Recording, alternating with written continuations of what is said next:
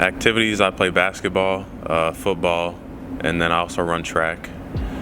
And those really take up a lot of my time, so that's really what I focus on.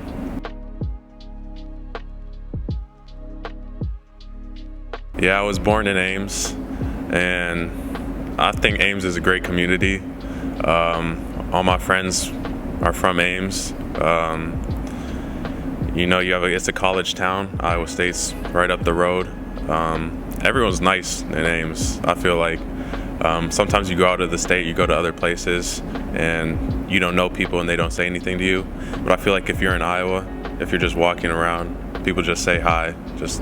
Iowans are just super nice to me. So just growing up here is great. We've had a lot of great athletes and great programs and just a great school in general. So.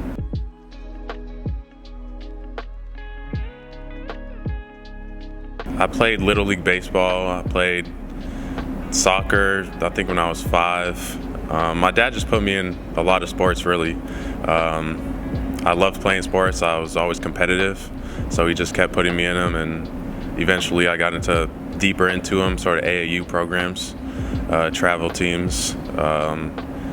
So yeah, I just started playing, I think kindergarten age, just started playing sports, and then I just fell in love with them.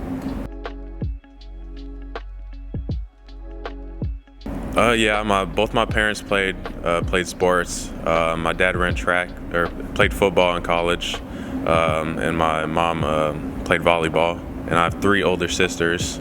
The oldest played volleyball, and then the other 2 played basketball and ran track. So I guess I really looked up to them. I guess they sort of started it, so I just fell in the footsteps and just fell in love with it. So.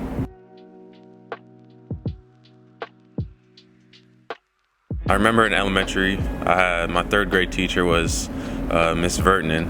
So that's Coach Vertinen's wife. He was the football coach here for a long time, and he helps out on the basketball team. So I started getting into ball boys with the Ames High football team when I was in elementary school, and that was a big experience. Being young, being able to be on the field with those guys, and I always look forward to Fridays, going out there and being the ball boy, and that really helped me a lot.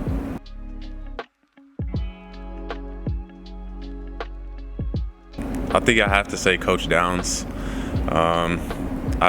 He's coached me for a while now, and he's always been sort of connected into my life since middle school. Even though he wasn't my coach, he would still check in on me and stuff. So I think he actually coached me in AAU for 1 year. I played with his son. So he coached me in AAU, and then I really got to get to know him. And then football, he was the defensive back coach. So he was my coach in football too. So I've always looked up to him, and he's a great coach. He helps me learn a lot on the court and on the field, and just in life, just growing up.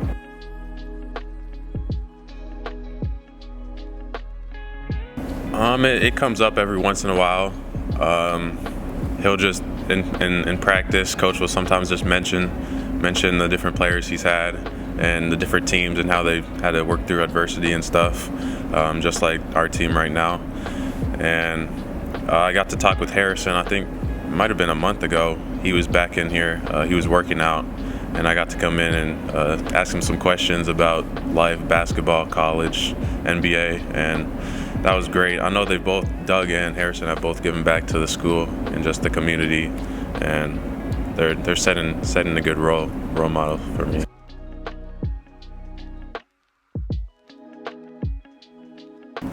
It's taught me a lot, both during the activities during the sport and off of it. So just out in life, you learn how to sort of communicate with people and how to get to know other people. Everyone's different. Everyone likes to be treated differently, I guess.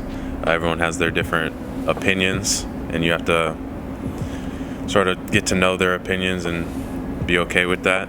And then I would say being a multi-sport athlete, it's hard, but it's great because different sports help you with the other one. Track, stamina, agility, everything helps that translate to the different sports.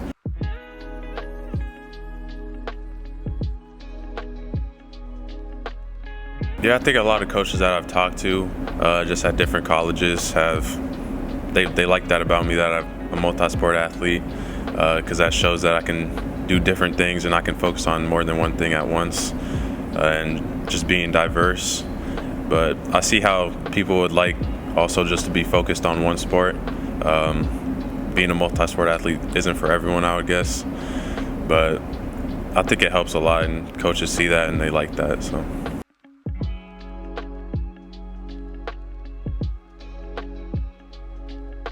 One, be yourself.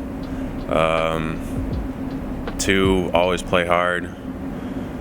And 3, set goals for yourself. The goals part is really important, for me at least, because if you set goals, then you're always working towards something and you're never satisfied with yourself. And then you're always going to be working. And the other 2 parts, just don't let anybody force you into doing anything that you don't want to do. And most importantly, just have fun when you're doing it, because if you're not having fun, then I don't see why you want to do it.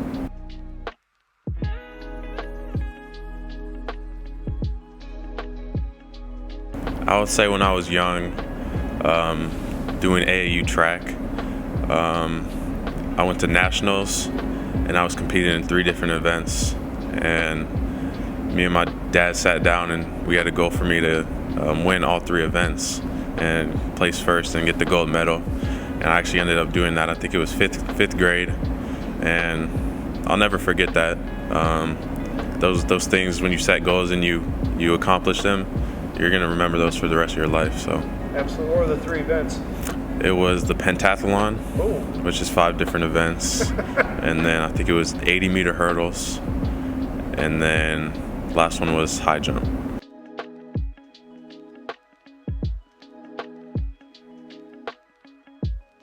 Recently, I tore my ACL, and I'm just getting back from that, sort of, I guess, a couple months ago.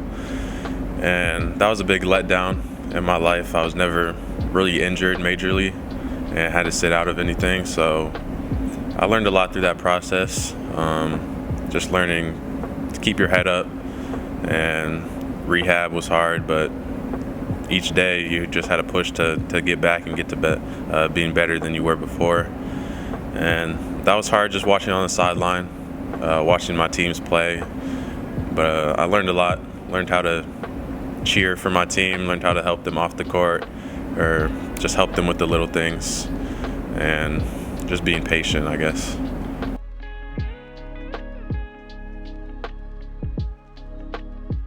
Okay, now we're going to kind of deviate a little bit here. We're going to have you reflect on a play. Now, I watched this from the sideline for the opposing team, and I wasn't very happy with you, but I was very impressed, and I saw you did that on film prior to that game, but talk us through it.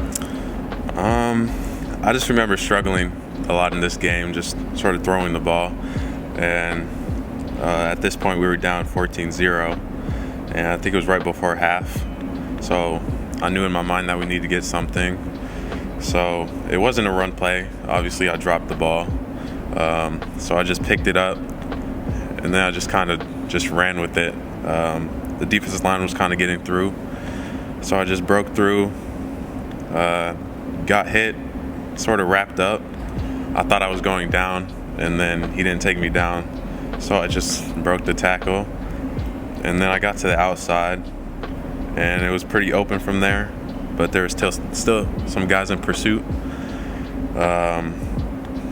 I think stiff-armed both of them, I guess, and then got a block, and then just took it the rest of the 20 yards.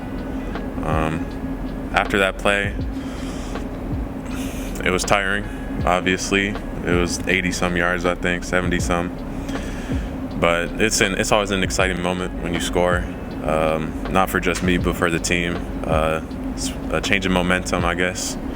And yeah, I'll remember that play for a while. Absolutely. And you had a few of those this season, it sounds like, too. Yeah. And is it kind of, too, that your team, and like I said, I was right for halftime there, and it got you back in the game, but the never quit on a play, I think, also carried over to how your team carries themselves. You know, that one spark can kind of motivate something. And was that always in the back of your mind? Did you have that, you know what, if I need to, I can go? Or confidence in a broken play, like you said there, the fumbled snap at the beginning turns into 6. Yeah, I think our coach sort of knew that our best plays were the broken plays, I guess. We scored on a lot of those, so he didn't really want me to force anything. Just get what you can get. So once I fumbled the ball, I just got what I could get and ended up taking it all the way.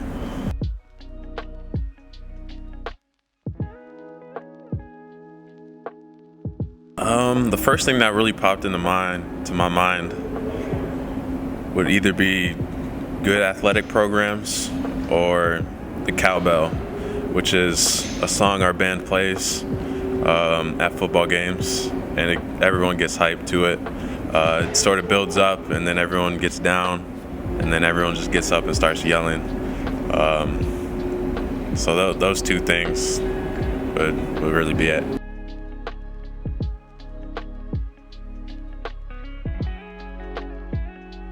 A normal teenager, I guess. Play video games with my friends, like a lot of kids. Recently, I've gotten into trading cards. It's sort of expensive to get into that nowadays, but it interests me a lot. Just opening the packs and specifically basketball and football, and just getting those different players. And a lot of people pay a lot of money for some cards, so it's kind of crazy.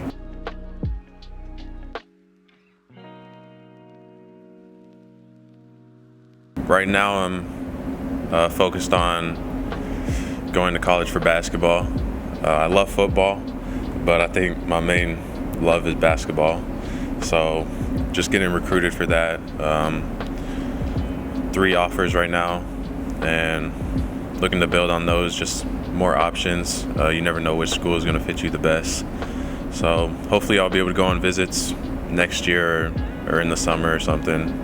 Right now, obviously, we can't, so that kind of makes it harder. But going to college, playing basketball at the next level is my future plans.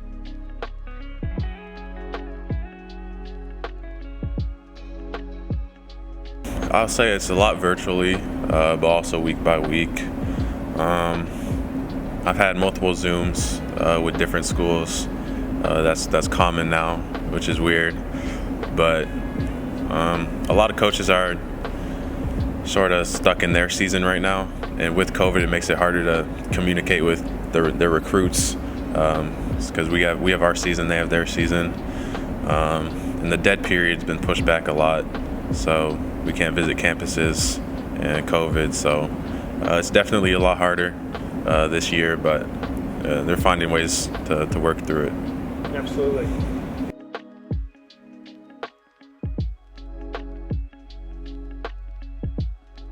I would say in 4 years, I would hope to be, honestly, in the NBA.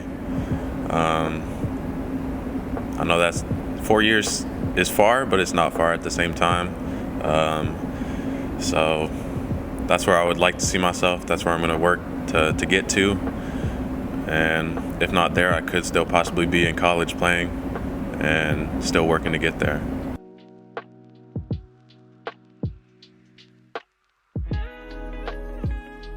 A lot of people outside Iowa think farmers, think corn and stuff like that, but I guess we do have a lot of that in Iowa, but that's not everyone. To be an Iowan, I would say just to be a great person, just a nice person. Sort of that's really it. I remember I went to one of the USA camps, and I don't know if the player was joking or not, but he didn't know where Iowa was in the United States. So that was kind of funny, I guess. But also, I'm from Iowa, and they're from their state, and there's not much different between states. I think we Iowans can do it just as good as anyone from any other state. So. We got some arts and crafts for you. Okay? Okay. Now this is very tricky, okay? Okay. So we are going to ask you, and you can go ahead and use this whole sheet of paper on there, and I want you to draw up what's your go-to play, what's your favorite play. This can be basketball, this can be football. Okay? So when we interview coaches and student athletes, we call this student athlete art. It's a simple play, but it's used at every single level in basketball. It's just a drag screen. So I would be up top with the ball, have kid there, a screener here, shooter in the corner, and then another kid here spacing the floor. So I'm just up top, get a screen from the big, go off, and this when you make plays. A double gap here. So if the defender comes off, you have an open three. But if not, you have all this in the middle to work and to get a basket. And the big can roll, the big can pop, you can screen down here. It's a simple play, but there's a lot of different things you can do to the play. And it's my favorite play, I would say, because once I get off the screen, it's just play ball from there. It's just get a bucket, and that's a simple thing to do, I guess. Sometimes it's hard, but I like thinking on the move, I guess. So I feel like I'm pretty good at reading defenders, so that's why it's my favorite play. There it is. Not the best drawing, That's perfect, but man. That's perfect.